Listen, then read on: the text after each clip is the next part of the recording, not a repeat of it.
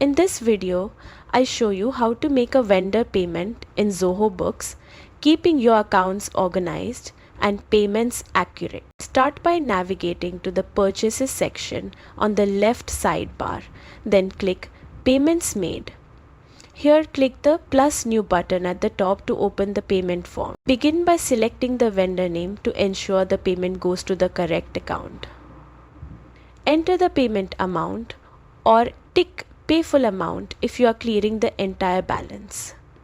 Set the payment date accurately to maintain precise records. Next, choose the payment mode: bank transfer, check, or any other method. Under Paid Through, select the bank or cash account used for this payment. Now apply the payment to outstanding bills in the table below. Use Pay in Full or Clear Applied Amount if applicable. Optionally, add internal notes or attach documents like receipts for record keeping. Finally, click Save to draft the payment or Save as paid to record it immediately. And that's it.